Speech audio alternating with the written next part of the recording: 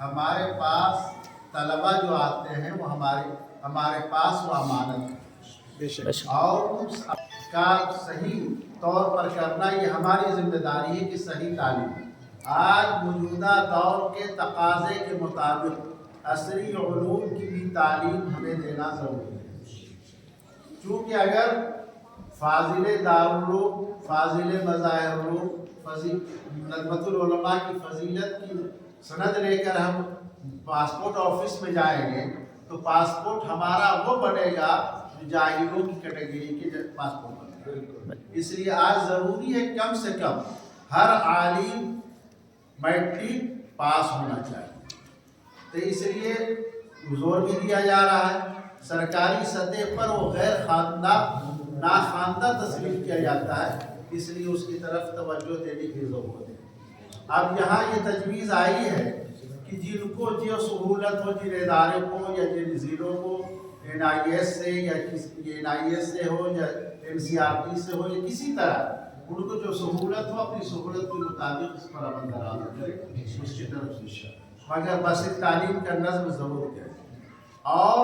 طلباء کے وقت کے ضیاع سے ہم بچائیں۔ ہم طلباء کو اگر تھوڑا سا وقت ملتا ہے مگر ساتھ ساتھ یہ بھی ہمیں احتیاط رہنا چاہیے کہ طلباء کو کھیلنے کا بھی وقت ہمیں دینا، چونکہ بدن و ریاضت للاطفال ضروری ہے، تو یہ جیسے مصر اور مغرب کے درمیان کا وقت ہے، اپنے طلباء کو کھیلنے کا وقت دیجیے، اور تعلیم کے اوقات میں مغرب سے لے کر عشاء تک کے وقت کو ضائع مت کیجیے،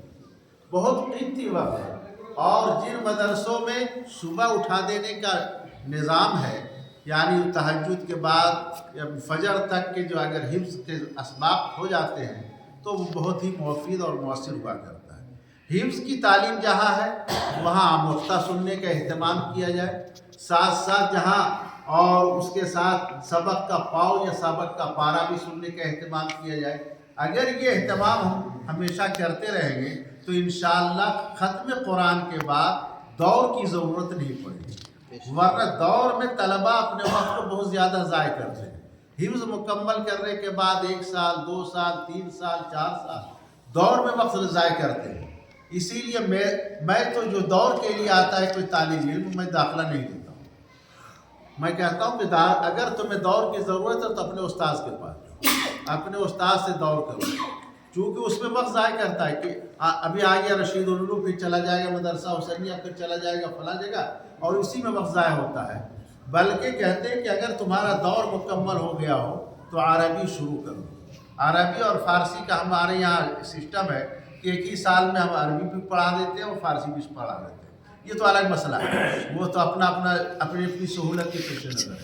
مگر درجہ حفظ کی تعلیم کے اندر اس کا اہتمام کیا جائے۔ تربیت کا نظام کہ بچوں پہ نماز کا اہتمام کرایا جائے، سبق کا اہتمام کرایا جائے،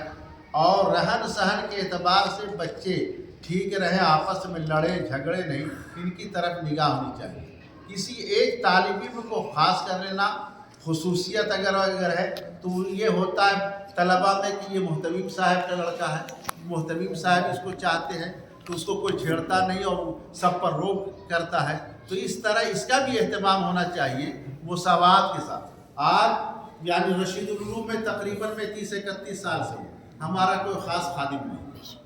میرا کوئی خاص خادم نہیں ہے، جو اگر کوئی کام لینا ہے پانی اگر منگانا ہے تو جو طالب علم سامنے آ گیا اس سے پانی منگوا لیا۔